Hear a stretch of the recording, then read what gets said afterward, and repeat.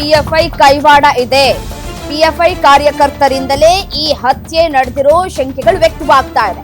PFI SDPI ಮೇಲಿನ case ವಾಪಸ್ ತೆಗೆದಿದ್ದಕ್ಕೆ ಇದಕ್ಕೆ ಕಾರಣ. ಗ್ಯಾರಂಟಿ ನ್ಯೂಸ್ಗೆ ಶಾಸಕ ವೇದವ್ಯಾಸ್ ಹೇಳಿಕೆಯನ್ನ ಕೊಟ್ಟಿದ್ದಾರೆ.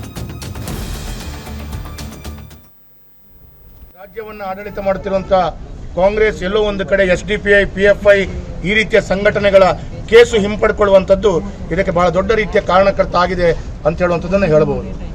ಇವತ್ತು ನಾನು ಪೊಲೀಸ್ ಇಲಾಖೆ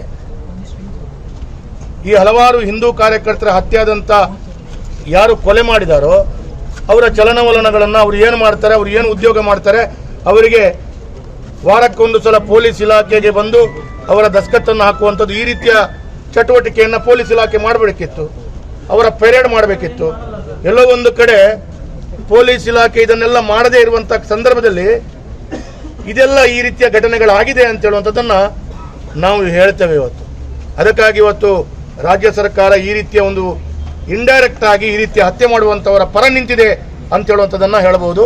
ಇದಕ್ಕೆ ಪೊಲೀಸರು ಈ 10 ರಿಂದ 15 ಜನರ ಕೃತ್ಯ ಅಂತ ಹೇಳುವಂಥದ್ದು ಯಾರೆಲ್ಲ ಅದಕ್ಕೆ ಸಹಕಾರ ಕೊಟ್ಟಿದ್ದಾರೆ, ಅವರು ವಾಹನದಲ್ಲಿ ಬರಬೇಕು ಅಥವಾ ಎಲ್ಲಿದ್ದಾರೆ ನೋಡಬೇಕು, ಹುಡುಕಬೇಕು, ಇದಕ್ಕೆಲ್ಲ ಸಹಕಾರ ಕೊಟ್ಟು ಬಹಳ ದೊಡ್ಡ ತಂಡ ಇದೆ. ನಾನು ಪೊಲೀಸ್ ಇಲಾಖೆ ಆಗ್ರಹ ಮಾಡ್ತೇನೆ, ನೀವು ಇದನ್ನು ಯಾವ ರೀತಿಯಲ್ಲಿ ಬಗೆಹರಿಸಿಕೊಳ್ತೀರಾ ಒಂದು ಭಾಗ. ಎರಡನೇದು, ಈ ರೀತಿ ಹತ್ಯೆಗೆಡದಂಥ ವ್ಯಕ್ತಿಗೆ ಯಾವ ರೀತಿಯಲ್ಲಿ ಸರ್ಕಾರ ಪರಿಹಾರ ಕೊಡುತ್ತೆ, ಇದರ ಮುಂದಿನ ಯೋಚನೆಗಳು ಅವರ ಮನೆಯ ಕುಟುಂಬಸ್ಥರು ಯಾವ ರೀತಿ ನಿರ್ಧಾರ ತೆಗೆದುಕೊಳ್ತಾರೆ, ಅದಕ್ಕೆ ನಾವು ಸಂಘಟನೆ ಪೂರ್ಣ ರೀತಿಯಲ್ಲಿ ಆ ಮನೆಯ ಅವರ ಹಿರಿಯರು ಮತ್ತು ಅವರ ಕುಟುಂಬಸ್ಥರ ಒಂದಿಗೆ ಸೇರಿಕೊಂಡು ಮುಂದಿನ ತೀರ್ಮಾನಗಳನ್ನು ಮಾಡ್ತೇವೆ. ಆದರೆ ಪೊಲೀಸ್ ಇಲಾಖೆ ಮತ್ತು ರಾಜ್ಯದ ಕಾಂಗ್ರೆಸ್ ಸರ್ಕಾರ